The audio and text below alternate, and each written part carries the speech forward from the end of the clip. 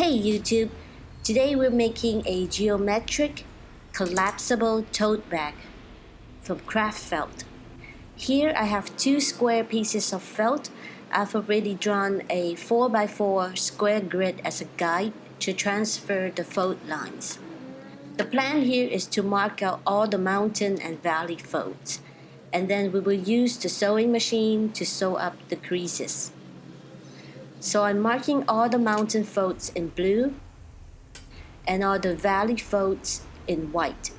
I'm using Taylor's chalk, and these can be wiped off with a wet towel.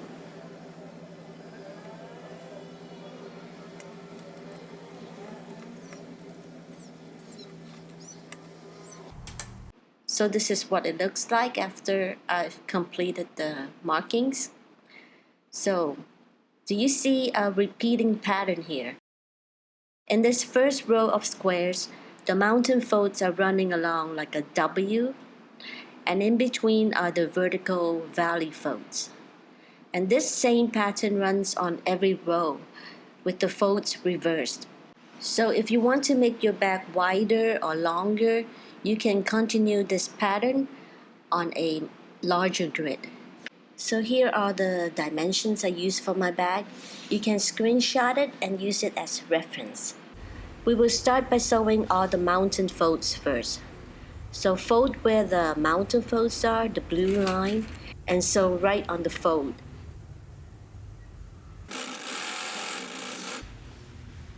I'm sewing column by column, the vertical lines first and then the diagonal ones.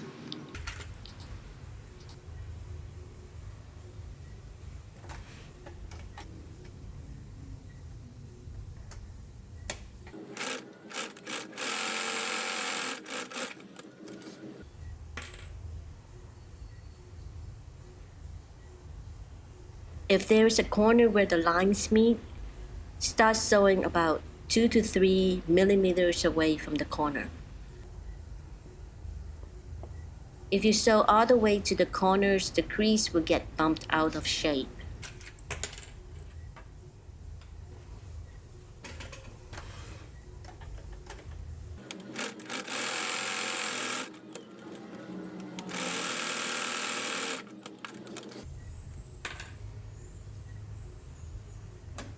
So I've done all the mountain folds, and we are now going to sew the valleys.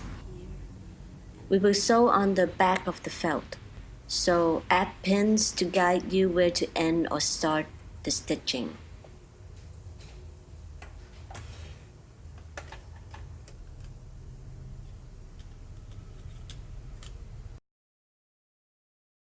I'm just wiping off the chalk marks here.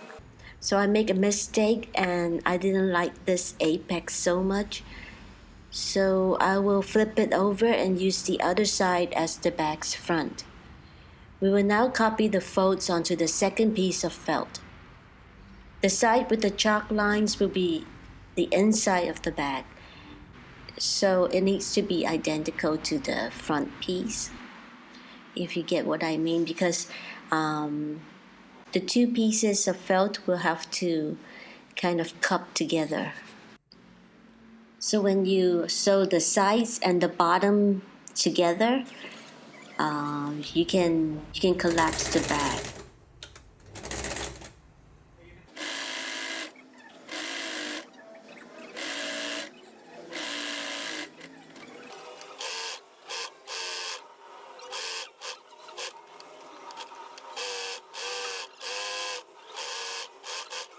So for the bag strap, if you're using webbing, zigzag the ends up before sewing it onto the bag.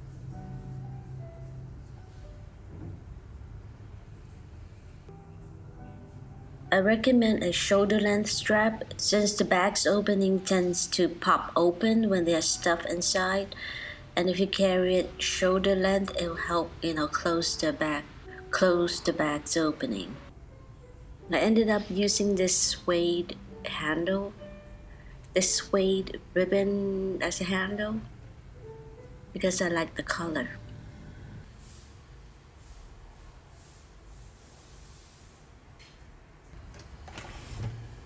So I hope you like this DIY, and thanks for watching.